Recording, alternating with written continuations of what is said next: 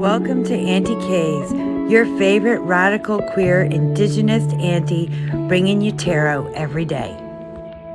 Hello and welcome to Aunty K's Tarot. So today's video, whenever it is I decide to upload it because I'm in the process of moving, is going to be some of my favorite cards from across a series of decks. And not all my decks showed up in this, and honestly, some of that's because I have a bunch of decks packed away, and even though I pulled some out, the idea of going through all of them was like, no, I'm not going to find my favorite card from every deck. I'm going to pull some. And I have a bonus few cards from some oracles, and I stopped myself after the third oracle deck and was like, this is going to take forever. So let's get into this. Like, comment, and subscribe. Check out the description box where you will find my link tree. And that's got everything in my link tree. And let's get into these cards and see what it is I like about different cards. Right, so the first card up, and I've put them in order, is the Magician. And this is from 2020 Visions, which is a majors only deck. And I mean, it's simple. It's a moon. And Crystal Banner's decks tend to be minimalistic, but it's also, you know, I love this card being a broom because it's such a good reminder that one of our greatest tools is our broom. And cleaning everything out is the best way to access our tools. And like, as a parent, I think about how if you clean out and declutter your kids' toys, they play more effectively with the ones they have. Better use of your tools when everything is cleaned up and decluttered. The Magician. So then from Desert Illuminations, I have the Empress. So I really enjoy that this Empress is just so atypical. You know, the classic RWS Empress is pregnant, and this one isn't pregnant. They're in a desert. We see, like, you know, a skull, and yet there's so much like creativity and non-birth that isn't like the birth of a human being. And I really enjoy this card for all of that. I really quite enjoy this deck. So the next one up is the Emperor from Fortune Queens Volume 1. I've just got this deck. I have filmed a unboxing. This deck was lost in the mail for months. But which of these videos I upload first, the unboxing of Fortune Queens or this one, depends on data issues. And I sort of think this is probably going to be shorter. Anyway, so we have Bob the Drag Queen as the Emperor in Fortune Queens. And this deck does a really good job of making an RWS clone and being creative about it. And so one of the things I love is like the big purse and the purse on the throne. And so on Drag Race, Bob the Drag Queen was a very iconic in like purse first impressions. And so we have that here. And so that's one of those things where I love the details and the commentary.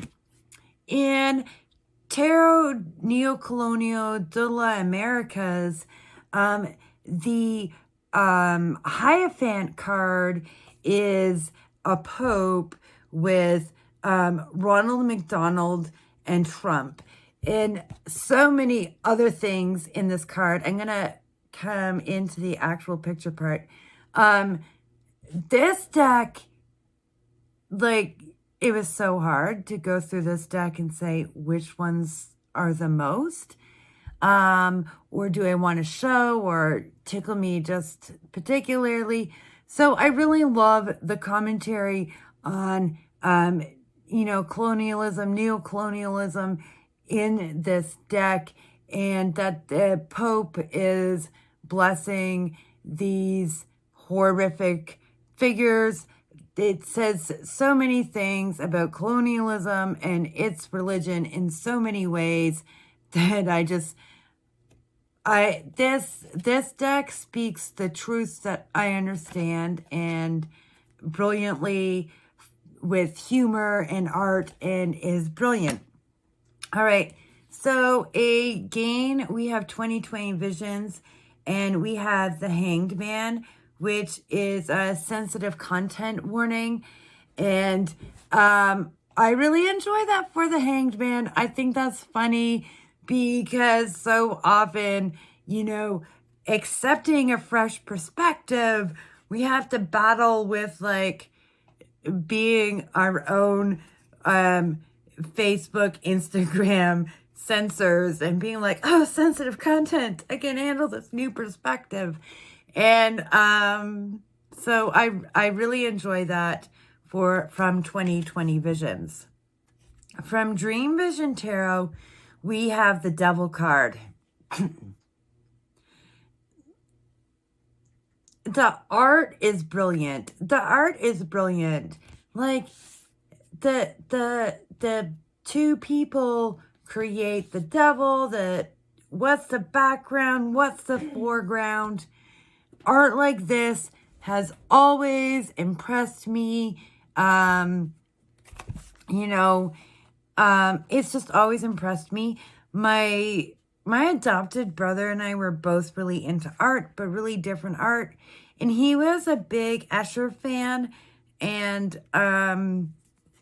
so, like, you know, this deck is brilliant. I'm not suggesting this Devil card is an Escher-esque image, but that play on what you're seeing, and Emma Zhang executed it brilliantly in a tarot card, which is much smaller and has certain things to detail. So interestingly, I picked 3 Devil cards.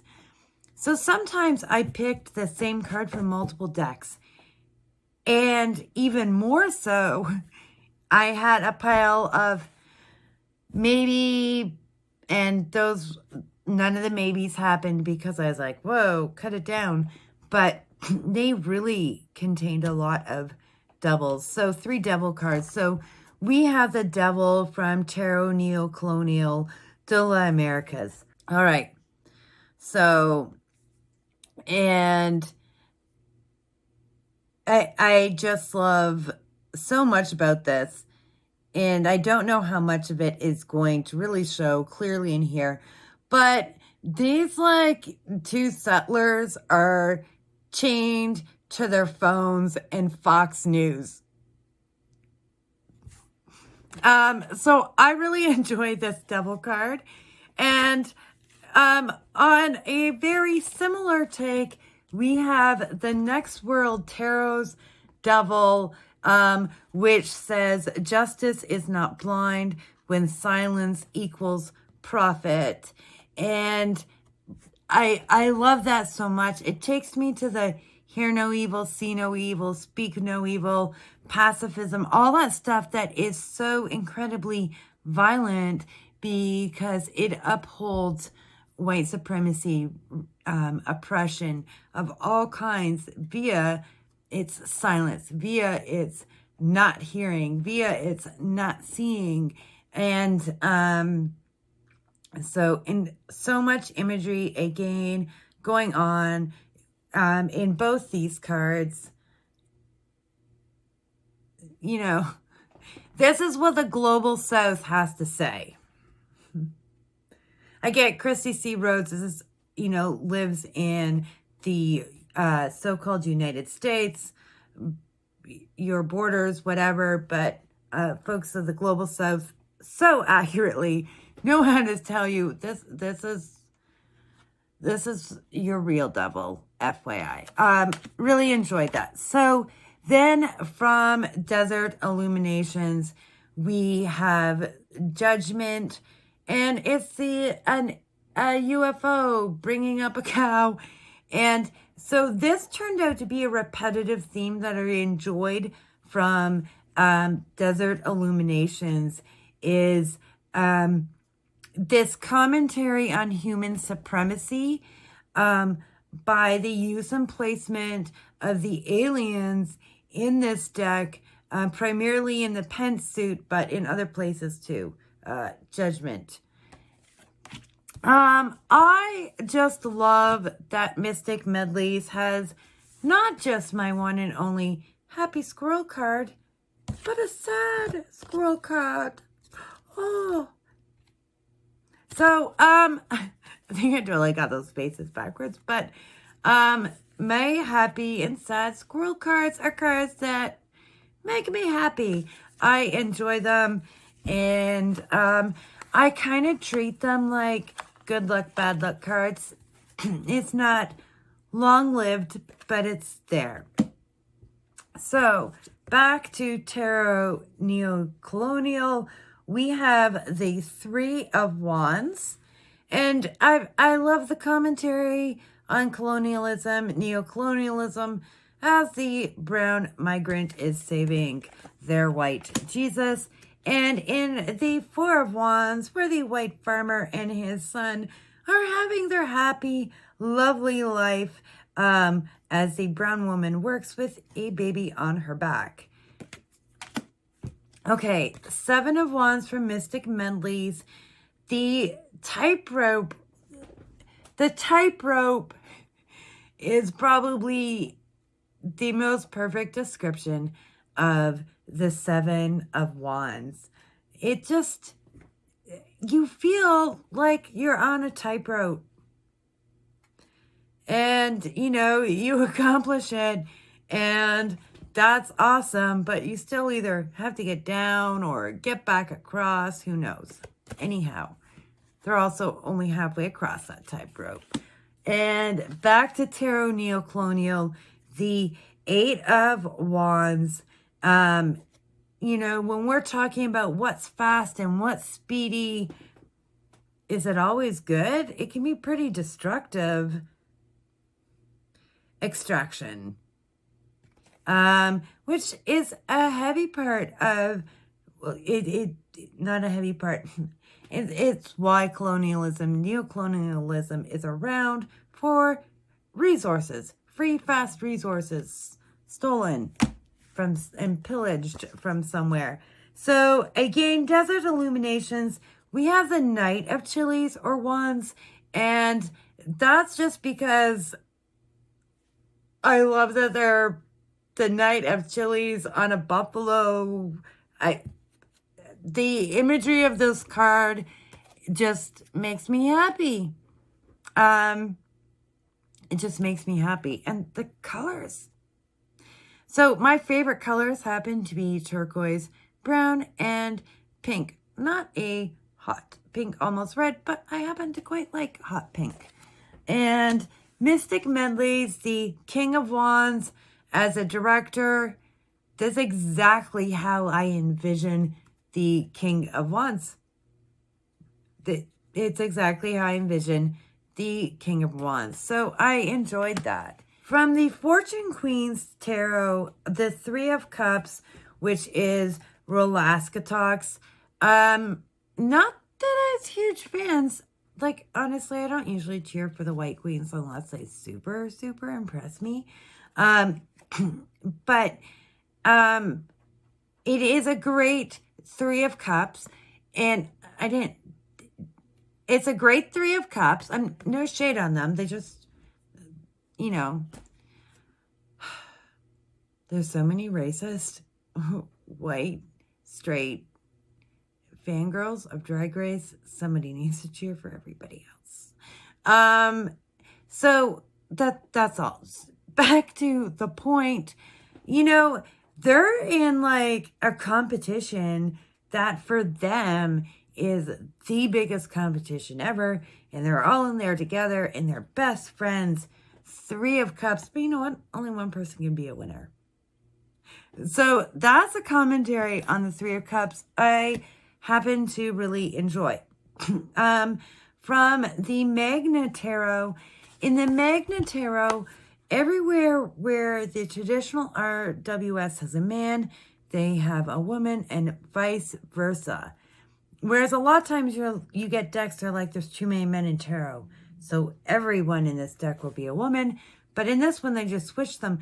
And the Three of Wands as like these three men with their fans. And I love this card. It's like healthy masculinity in a tarot card. Who'd have thought? And I really enjoy it. So I love this card because of that. And the Five of Cups from Mystic Medleys, I just like that the Five of Cups, he's looking in a mirror, and is this death? I think it's death. Anyhow, and in the Five of Cups again, who'd have thought? Five of Cups was almost a triple, but I kept it down to a double. So in the Five of Cups from Fortune Queens, we have Ben de la Creme. And I love this card for two reasons. One, I used to have these shoes, but I can't wear high heels anymore. And two, the shade. So I just found that amusing. The Two of Swords, Tarot Neo-Colonial, comes in with enjoy colonialism. And, you know, that tickled me and I found it fun. And that's the humor in the deck that I love it. I love that deck. It's also, so when we're going to have conversations about colonialism, neo-colonialism, and decolonization, there's things and parts of the conversation that we're having up here that I am so glad we're having in so-called Canada and the United States. But the Global South has contributed the majority to this conversation, obviously. And the humor in Next World Tarot and Tarot Neo-Colonial is the humor I love that people from the Global South in the Western Hemisphere bring to these conversations. And I love it in these decks. Next World Tarot, the Ace of Swords. I love that it's a jackknife. that is brilliant. Weapons and tools all in one. And we're jumping forward to the Six of Swords. And this is Fortune Queens again. And I just find it humorous to have William in the Six of Swords. And also great commentary. Sometimes like what seems like the greatest thing ever isn't. And you've got to like fuck that shit up and move on. And so I really enjoyed that. The Three of Pentacles from the Next World Tarot. I love this card because it makes me feel like I'm at home. One of the things I miss about Kingston is affiliate organizing, be it at the AKA, which was the Anarchist House, or at some Queen students' apartment, or at Alibaba Kebabs, all having like tea and snacks. And I enjoyed this. And so I feel like I'm back in my hometown doing this when I see this card. So now we're on the Five of Pents, and this is also from the Magna Tarot. And they're practicing ancestor worship in this card. And that is a wonderful reminder to go along with the Five of Pents to think about what we gain, what we've learned that we can uphold from what we've lost, and all these things. And so I think that's quite brilliant. The Six of Pents from Dream Vision. The brilliance in this is you think you see somebody balancing like 3 coins and 3 coins, but like really quietly, subtly is another set of hands underneath with nothing, hoping and waiting. And from Desert Illuminations, I had said, you know, that I enjoyed the commentary on human supremacy in Desert Illuminations. And so we have that again in the Six of Pents. Really well.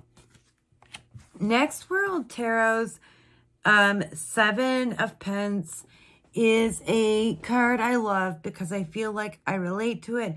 I get it. I get the abuela with the crafts and also with their other things all in there. And, you know, this is something they've worked hard on forever. And part of it is because you have to gain that wisdom and that mastery. Part of it is just the age to become an abuela. You just don't, that's not who you are at 20 and 30, and like you can't be. And so this is an aspect to the Seven of Pents that makes the Seven of Pents something to strive towards instead of getting through to the 8. And so that's what I love about this Seven of Pents is it's a Seven of Pents I'm striving to, like, that's my goal. And I like that. The 10 of Pents from the Magna Tarot, it's the subtle things about when you're going to flip a gender in a binary essence around that changes cards. And in this one, so in the 10 of Pents, like a man who's at an age who's probably becoming a grandfather is like, oh, all this great stuff I have to pass on to my descendants. But if you replace him with, you know, someone who's about to become a grandmother, then the greatness of what they've passed on is the joy of their child getting married and starting their own life and family. Their own. And how to go forward and do this yourself. And that's the great joy. And so that's a subtle commentary that's just brilliant in this very mass market deck, which is the only mass market deck that made it into this set of favorite tarot. So I do have a mass market but not popular in my oracles, and then to the art. So the tea leaf, what is its full name? Tea leaf oracle fortune card deck. I'm not sure. It comes with 200 cards. I narrowed it down to the ones I liked the best, and that I thought worked. So the two that I chose from here is Pale. Time to get out of a situation. And I just think Pale is great for that. I edited out what I had to say about this.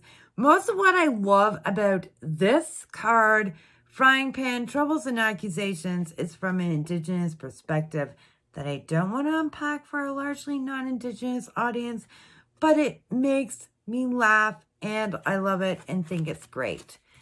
From the Wild Witch Oracle, which is on Etsy by May North Market, the Mud Witch is probably my all-time favorite oracle card.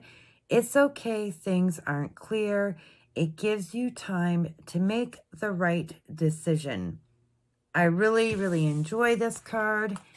The Dancing Witch, freedom to move in any direction. I also enjoy this card. And I like that one because, I mean, it makes total sense. I get it. I wouldn't have thought of it, and yet it makes sense. I need to move in new directions, start physically moving so that I think of a new direction to move into. And the Lost Witch, helping you find your way. From the Zombie Oracle by Jagroski's Tarot, who's also on YouTube here.